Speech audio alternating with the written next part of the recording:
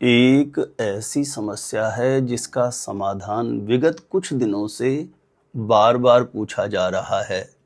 शादी के लिए रिश्ता बहुत अच्छा समझ में आ गया है, घर परिवार बहुत अच्छा है, लेकिन कुंडली ना मिले तो शादी कैसे करें।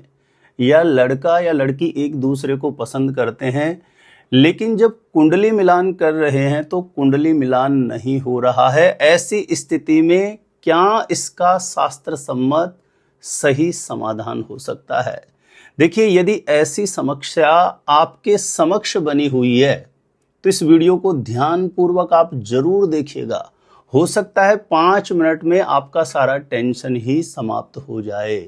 जब कभी भी ऐसी स्थिति बने कि शादी के लिए रिश्ता हमें बहुत अच्छा समझ में आ गया है प्रैक्टिकली व्यवहारिकता में, लेकिन जब कुंडली मिलान आप कर रहे हैं तो किसी दोष की वजह से यदि कुंडली मिलान नहीं हो रहा हो तो ऐसी स्थिति में आपको क्या करना चाहिए, इस वीडियो में इस विषय पर शास्त्र सम्मत आपको मैं जानकारी देने वाला हूं।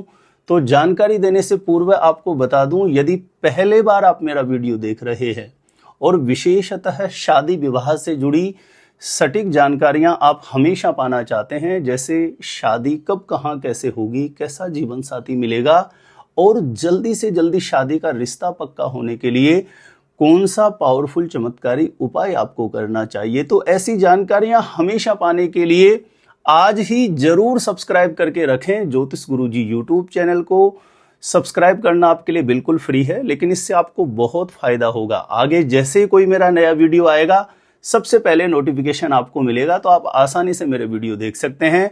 हमेशा निरंतर आप मेरे साथ जुड़े रह सकते हैं। तो चलिए प्रिय दर्शकों, विषय पर चलते हैं और जानते हैं। जब रिश्ता बहुत अच्छा समझ में आए, लेकिन जब कुंडली मिलान हम कर रहे हैं, कुंडली ना मिले तो ऐसी स्थिति में हमें क्या करना चाहिए।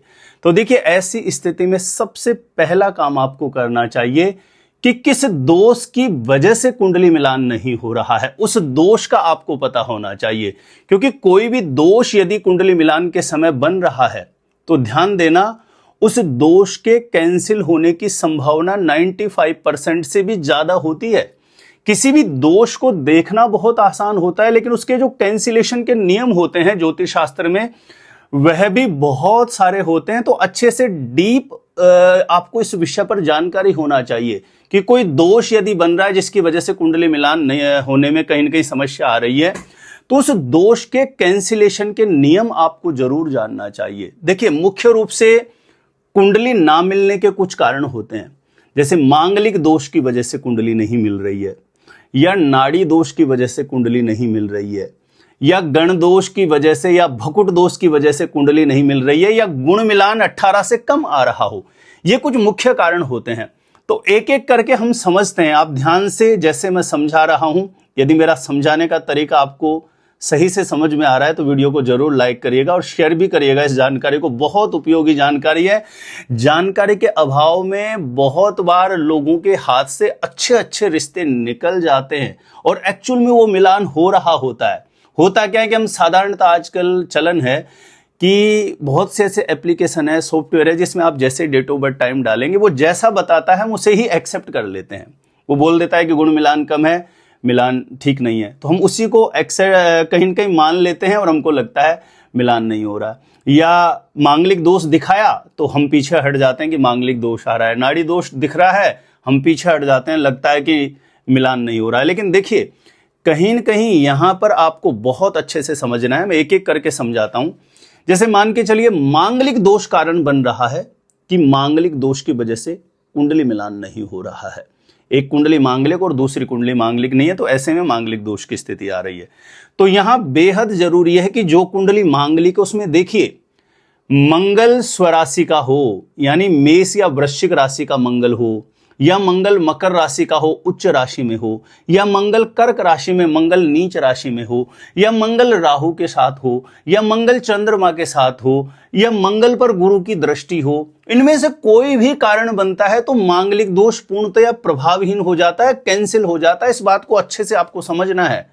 और मान के चलिए, ये जो कारण मैंने बताए इनमें से भी कोई कारण नहीं बन रहा, मांगलिक कुंडली है ही, और सामने वाले की जो कुंडली मांगलिक नहीं है, यदि उसकी कुंडली के तीसरे, छठे और 11वें भाव में यदि शनि है, राहु है या मंगल है तो भी सामने वाले की कुंडली का मांगलिक दोष पूर्णतया कैंसिल हो जाएगा।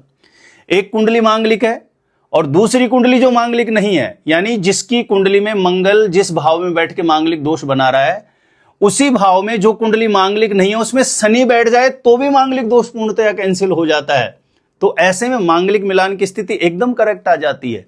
तो ये ध्यान रहे, मांगलिक दोष को लेकर के बहुत सारे मिथ भी हैं। लोगों की ये ऐसी मेंटेलिटी हो गई कि मांगलिक है तो मांगलिक ही लड़का या लड़की इसके लिए ढूंढना है। ऐसे में बच्चों की उम्र निकलती रहती है और कहीं न कहीं अच्छे अच्छे रिश्ते हाथ से निकलते रहते हैं।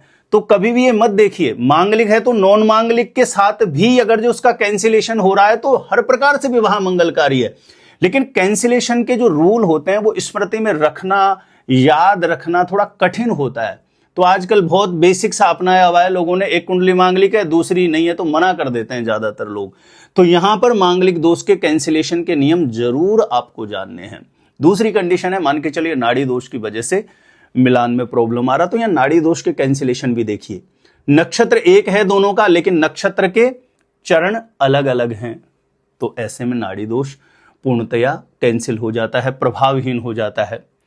दोनों की राशि एक है और दोनों का राशि स्वामी, ध्यान देना, यदि गुरु बन रहा हो या बुध बन रहा हो, दोनों का राशि स्वामी, ऐसे में भी नाड़ी दोष प्रभावहीन होता है। 9 नक्षत्र ऐसे होते हैं उसमें से लड़का लड़की का नक्षत्र आ रहा हो तो नाड़ी दोष प्रभावहीन हो जाता है।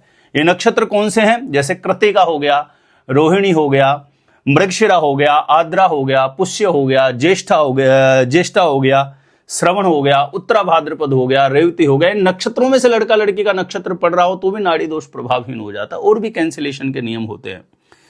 अब तीसरा कारण जो बनता है, मान के चलिए गण दोष बन रहा है लेकिन दोनों के बीच में राशि मित्रता है तो गण दोष भी प्रभावहीन हो जाता है। मान के चलिए भकुट दोष बन रहा है लेकिन दोनों के बीच में राशि मैत्री है तो भकुट दोष भी प्रभावहीन हो जाता है। ये शास्त्र सम्मत क्लोज हैं जो मैं आपको बता रहा हूं। यानी राशि मैत्री होने पर गण दोष और भकुट दोष प्रभावहीन हो जाते हैं। और विवाह स्थान की स्थिति बहुत अच्छी हो तो केवल गण दोष और भकुट दोष हो रहा हो और राशि मैत्री हो रही हो तो यह प्रभावहीन हो जाएगा। ऐसे में विवाह मंगलकारी हो सकता है। मान के चलिए गुण मिलान कम आ रहा है, उसकी वजह से आपको लग रहा है कि कुंडली मिलान नहीं हो रहा। अब गुण मिलान कम से कम 18 आना चाहिए लेकिन आपका आ रहा है 13, 14, 15, जो भी गुण मिलान आ रहा है। तो यहां पर आप अच्छे से देखिए गुण मिलान किस वजह से कम आ रहा है। मान के चलिए गण दोष और भकुट दोष की वजह से गुण मिलान कम आ रहा हो, क्योंकि एक तरीके से भकुट के 7 अंक होते हैं, गण के 6 होते हैं, तो इनमें दोनों का ही मिला के देखें तो 13 अंक हो जाते हैं। यानी गण दोष और भकुट दोष बन रहा है, उसकी वजह से गुण कम आ रहा है। लेकिन राशि मैत्री हो रही है तो गण दोष और भकुट दोष दोनों ही पूर्णतया कैंसिल हो जाते हैं। ऐसे में विवाह स्थान बहुत ज्यादा शुभ प्रभाव में अच्छी स्थिति में है तो कम गुण मिलान पर भी विवाह मंगलकारी हो जाता है। तो ये ध्यान रहे, जीवन का बहुत बड़ा निर्णय होता है जब आप शादी के लिए, विवाह के लिए डिसीजन लेते हैं। तो कोई भी केवल एप्लीकेशन या सॉफ्टवेयर की मदद से ही अंततः निष्कर्ष पर नहीं पहुंचना चाहिए। किसी योग्य ज्योतिषी से प्रॉपर अच्छे से गणना जरूर करवानी चाहिए और उसके बाद ही आपको निष्कर्ष पर पहुंचना चाहिए कि यहां पर विवाह करना सही है या नहीं है। किसी अनुभवी, किसी अच्छे जानकार ज्योतिषी से प्रॉपर कैलकुलेशन जरूर करवा करके आपको निष्कर्ष पर पहुंचना चाहिए। यदि मेरे द्वारा दी गई ये जानकारी सही में आपके दिल को छूती है और आपको सही लगती है तो वीडियो को जरूर लाइक करके ज्यादा से ज्यादा लोगों तक जरूर शेयर करिएगा। और मेरे साथ हमेशा जुड़े रहने के लिए सब्सक्राइब नहीं किया है तो ज्योतिष गुरुजी को सब्सक्राइब जरूर करके रखें। और मेरे द्वारा जन्म कुंडली का सटीक ज्योतिष विश्लेषण करवाना चाहते हैं तो जो स्क्रीन पर नंबर दिया है यहाँ आप मुझे संपर्क कर सकते हैं, कॉन्टैक्ट कर सकते हैं। तो आज के लिए इतना ही था। देखते रहिएगा आप हमारा ज्योतिष गुरुजी यूट्यूब चैनल।